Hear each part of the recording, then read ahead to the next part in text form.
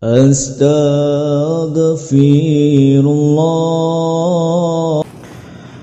Bismillahirrahmanirrahim. Assalamualaikum warahmatullahi wabarakatuh.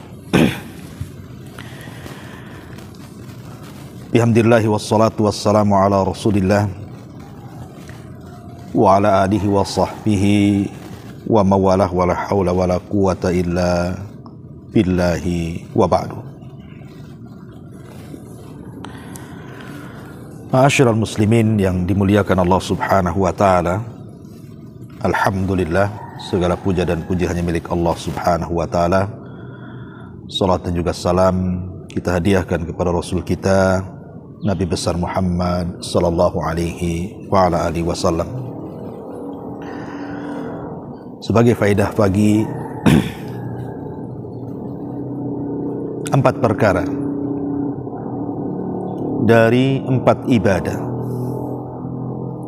sebaiknya seorang muslim harus pandai menyembunyikan walaupun kepada keluarganya sendiri, walaupun kepada anak dan istrinya. Sebaiknya jangan pernah mereka tahu. Cukuplah antara kita dengan Allah subhanahu wa ta'ala. Apa 4 ibadah ini yang kita bisa melakukannya di rumah kita tanpa siapapun yang tahu kecuali Allah subhanahu wa ta'ala? Ma'asyiral muslimin yang dimuliakan Allah azza wa jalla, Imam Al-Hasan Al-Basri rahimahullahu ta'ala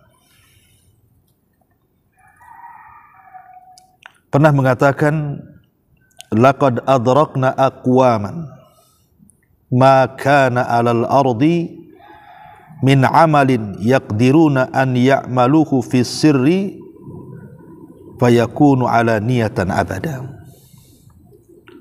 Sungguh aku mendapati sebuah kaum yang ada di permukaan bumi ini, mereka mengamalkan sebuah amalan yang mereka sanggup sebenarnya untuk menyembunyikannya, tapi justru kemudian mereka malah mengiklankannya kepada manusia. Itu dikatakan Imam Hasan Al-Basri di zaman para tabi'in, zaman keemasan, zaman terbaik setelah Rasul dan para sahabatnya. Tapi ada kaum-kaum yang seperti ini yang ditemui oleh Imam Hasan Al-Basri rahimahullahu ta'ala.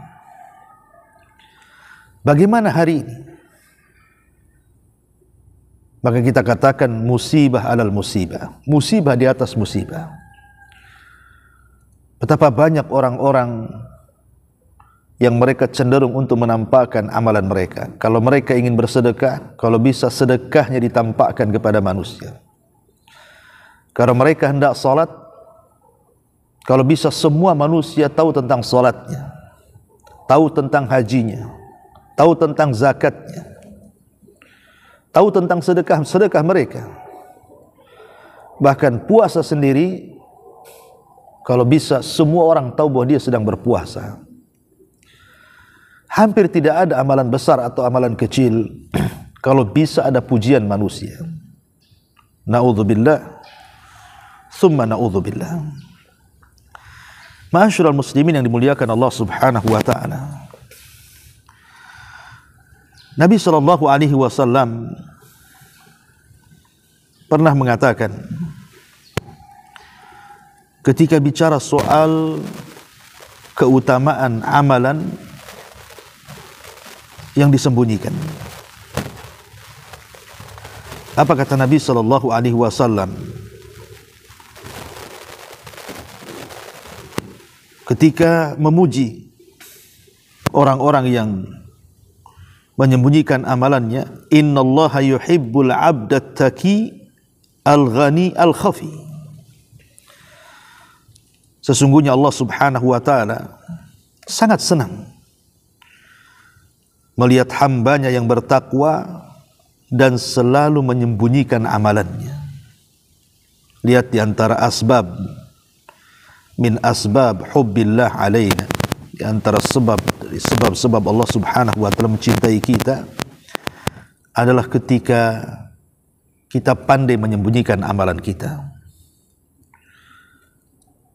Makanya Nabi SAW sampai mengatakan, barang siapa yang hendak di antara kalian memiliki amalan yang bisa dirahasiakan, yang tahu hanya Anda dengan Allah, maka lakukan. Karena orang yang berusaha untuk menyembunyikan amalan itu, pertama, sidqul iman, menunjukkan jujurnya iman tersebut. Karena ketika Nabi SAW ditanya tentang martabatul ihsan, Nabi SAW mengatakan, an ta'budallah ka'annaka tarah fa illam takun tarahu fa innahu yarak. Beribadalah kepada Allah seolah-olah engkau melihat Allah, kalaupun tidak, yakini Allah melihat kita.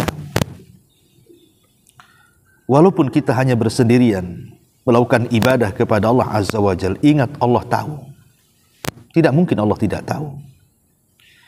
Dan itu bentuk sidqul iman, bagaimana jujurnya iman kita kepada Allah Subhanahu wa ta'ala, hanya mempersembahkan ibadah kepada Allah Subhanahu wa ta'ala semata. Yang kedua, ab'ad minar riya. Ketika kita berusaha untuk menyembunyikan amal kita ini, maka kita akan terjauh dari dosa yang ditakuti Nabi SAW, riya, yang terkadang datangnya kepada kita seperti semut hitam di batu yang sangat licin dan berwarna hitam di kegelapan malam. Tahu-tahu hadir, tahu-tahu ada. Ma'asyiral muslimin yang dimuliakan Allah Subhanahu wa ta'ala, karena riya ini membahayakan amal kita.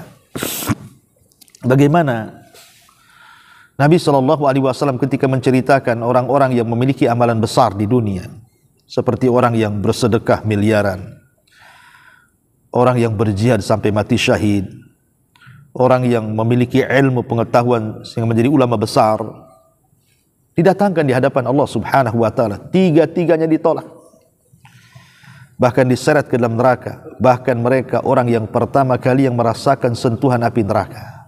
Apa penyebabnya? Bukankah secara lahiriah mereka baik? Yang satu ahli sedekah, yang satu ahli ilmu, yang satu ahli jihad. Rupanya yang menyebabkan ibadah mereka tertolak karena riya.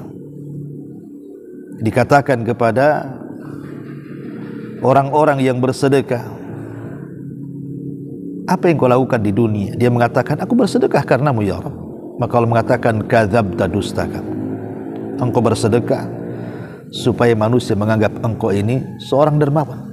Yang satunya supaya engkau dirasa manusia sebagai pemberani, seorang mujahid. Yang satunya supaya manusia mengatakan Anda ini seorang qari, pembaca Quran, seorang alim.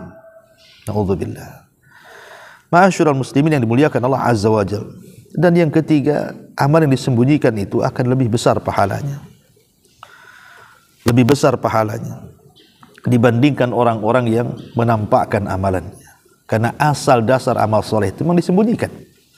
Ada beberapa amal soleh yang memang dianjurkan untuk ditampakkan, tapi kebanyakan asal amal soleh itu harus disembunyikan. Karena itu lebih besar pahalanya, lebih banyak lagi pahalanya di hadapan Allah Subhanahu wa ta'ala. Dan yang keempat, menunjukkan salahul qalbi, baiknya hati, bersihnya hati, dan istiqomahnya hati. Dan dia akan mendapatkan qabul yang baik, penerimaan yang baik di hadapan Allah Subhanahu wa ta'ala. Lalu apa saja 4 amalan ini yang sebaiknya kita sembunyikan? Cukuplah kita dengan Allah yang tahu. Hatta anak-anak kita, istri-istri kita, kalau boleh jangan tahu. Atau kalau Anda seorang istri, kalau boleh suami jangan tahu, anak-anak jangan tahu. Cukup Anda saja dengan Allah Subhanahu wa ta'ala. Sebagaimana dalam keluarga ada perkara-perkara dunia yang terkadang sesama pasangan tidak tahu. Seperti mamanya suami punya uang, dia pandai menyembunyikan uangnya, istri tidak tahu. Ataupun sebaliknya, istri punya uang, suami tak tahu, pandai menyembunyikan uang. ataupun mungkin menyembunyikan maksiat-maksiat tertentu dalam keluarga, seperti sekarang dalam handphone, mungkin suaminya selingkuh, punya nomor telepon khusus yang istri tidak tahu, padahal handphonenya di depan mata, ataupun sebaliknya, karena pandainya menyembunyikan tersebut, sehingga orang tidak tahu. Kalau masalah-masalah seperti ini kita bisa menyembunyikan, kenapa dalam masalah ibadah kita tidak bisa menyembunyikan? Padahal Nabi SAW pernah mengatakan, nanti pada hari kiamat ada orang-orang yang datang menghadap Allah Azza wa Jal membawa pahala sebesar gunung Tihama, tapi dihancurkan oleh Allah Azza wa Jal karena maksiat yang dilakukan secara tidak terang-terangan. Ma'asyiral muslimin yang dimuliakan Allah Azza wa Jal, yang pertama, ibadah yang sebaiknya tidak ada yang tahu kecuali kita dengan Allah Azza wa Jal, sampai pun kepada keluarga kita, kalau bisa jangan tahu. Pertama, shadaqatus sir, sedekah yang disembunyikan. Ketika Nabi SAW bicara soal 7 kelompok yang akan mendapatkan naungan di hari yang tidak ada naungan kecuali naungan Allah, sab'atun yudhilluhumullahu yauma la dhilla illa dhilluh, 7 kelompok yang akan mendapatkan naungan di hari yang tidak ada naungan kecuali naungan Allah. Maka Nabi SAW mengatakan salah satunya, wa rajulun tasaddaqa bi sadaqatin fa akhfaha hatta la ta'lamu shimaluhu ma tunfiku yaminuhu, wa rajulun dzakalallah khalian fa fadat aina. Seorang laki-laki yang bersedekah dengan sedekah, di mana ketika tangan kanannya bersedekah, tangan kiri tak tahu. Hatta sebagian anggota badan kita tidak tahu yang dilakukan sebagian yang lainnya, apalagi orang-orang yang di luar anggota badan kita.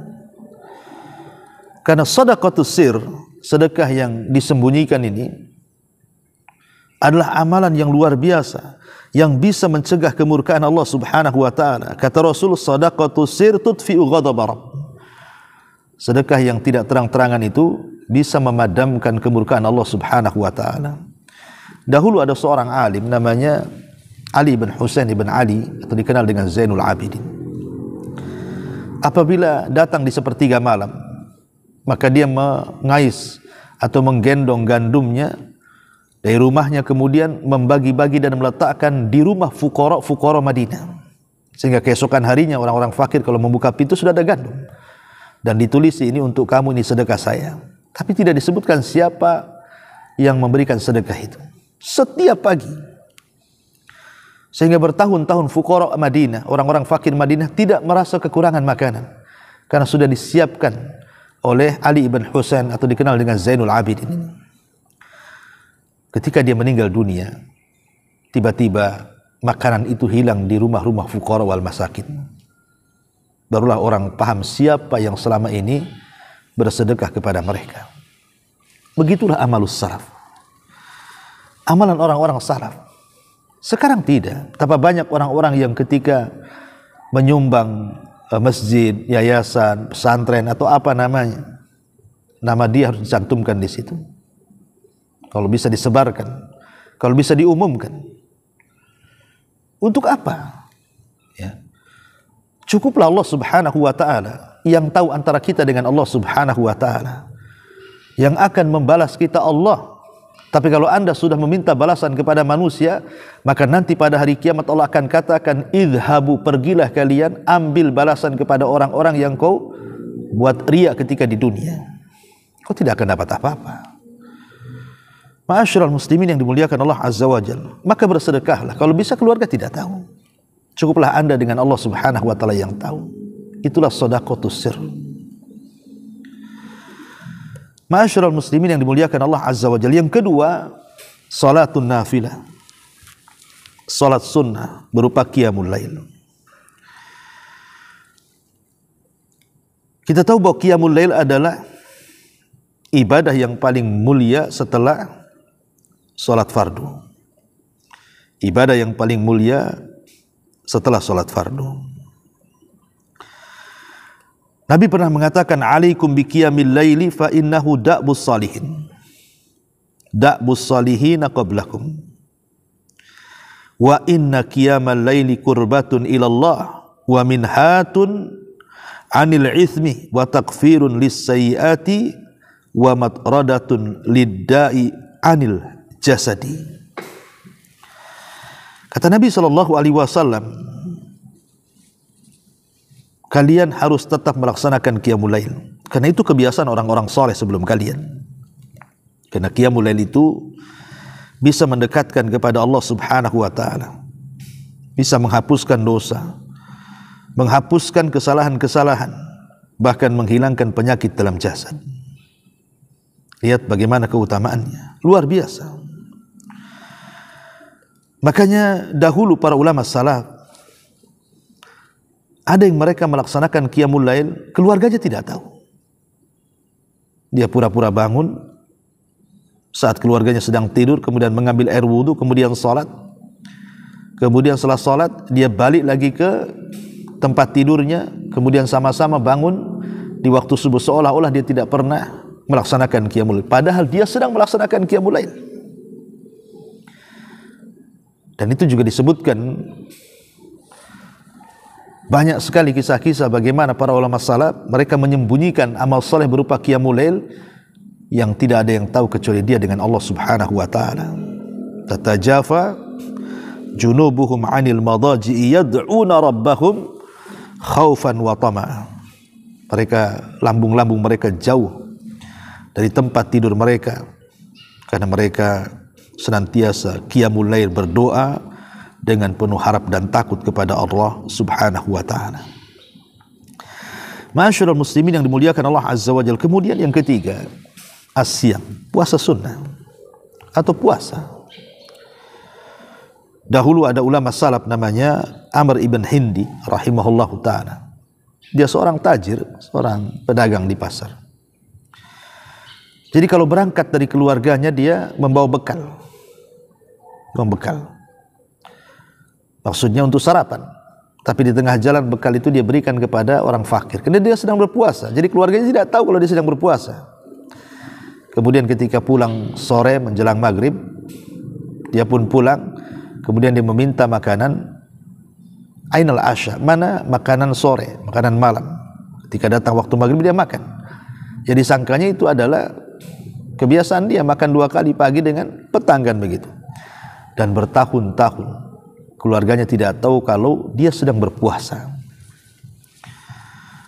Luar biasa bagaimana para ulama salaf menyembunyikan ibadah mereka. Ya, karena mereka paham kullu amal ibni adam lahu, qala ta'ala illa siyam fa innahu li wa ana azzibihi. Setiap anak Adam itu atau setiap amalan anak Adam itu diberikan langsung kepada Allah kecuali puasa. Maksudnya pahalanya jelas nominalnya, kecuali puasa kata Rasul. Karena puasa itu milikku kata Allah. Dalam hadis qudsi, puasa itu milikku kata Allah, dan aku yang akan membalasnya. Kemudian yang terakhir, adzikru wa doa. Zikir dan juga doa. Cukuplah kita dengan Allah yang tahu. Sabaqal mufarridun. Telah mendahului kita al-mufarridun. Kemana? Ke sorga. Siapa mufarrid itu? Orang yang menyendiri itu. Adzakirun Allah katsira wa dzakirat. Orang-orang yang senantiasa berzikir, baik laki-laki atau perempuan. Mereka adalah orang-orang yang berzikir yang tidak ada yang tahu kecuali Allah Subhanahu wa taala. Keluarganya tidak tahu kalau dia terus beristighfar, bertahmid, bertahlil, bertakbir. Cukuplah Allah Subhanahu wa taala yang tahu. Ma'asyiral muslimin yang dimuliakan Allah Azza wa Jalla. Dari sini jadilah hamba-hamba yang senantiasa menyembunyikan amalannya. Karena ketika kita pandai menyembunyikan dosa kita, kenapa kita tidak pandai menyembunyikan amal kebaikan kita? Makanya kata para ulama, takutlah akan dosa yang disebutkan dalam hadis Nabi SAW yang tadi saya katakan, ada orang yang datang menghadap Allah membawa pahala sebesar gunung Tihama, kemudian dihancurkan dengan maksiat yang tidak terang-terangan. Maka ketika satu hari kita melaksanakan maksiat yang tidak ada yang tahu kecuali Allah, lakukan hal yang sama. Lakukan ibadah yang tidak ada yang tahu kecuali Allah Subhanahu wa taala. Ketika kita memegang handphone hari ini, terkadang kita melihat sesuatu yang tidak boleh dilihat.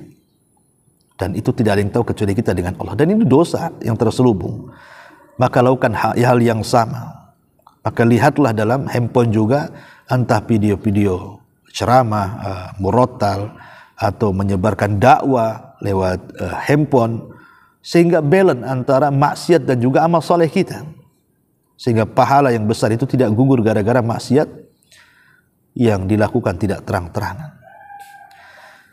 Ma'asyiral muslimin yang dimuliakan Allah Azza wa Jalla, mudah-mudahan 4 amalan ini menjadi bekal, dan kalau kita sembunyikan dari orang lain, termasuk keluarga kita, istri kita, anak kita, orang tua kita, maka itu lebih baik, karena tentu pahalanya akan lebih besar dan akan mendekati keikhlasan dan jauh daripada riya. Mudah-mudahan ada manfaatnya. Subhanakallahumma bihamdika asyhadu an la ilaha illa anta astaghfiruka wa atubu ilaik. Subhanakallahumma bihamdika asyhadu an la ilaha illa anta astaghfiruka wa atubu ilaik. Allahu ta'ala alam. Assalamualaikum warahmatullahi wabarakatuh.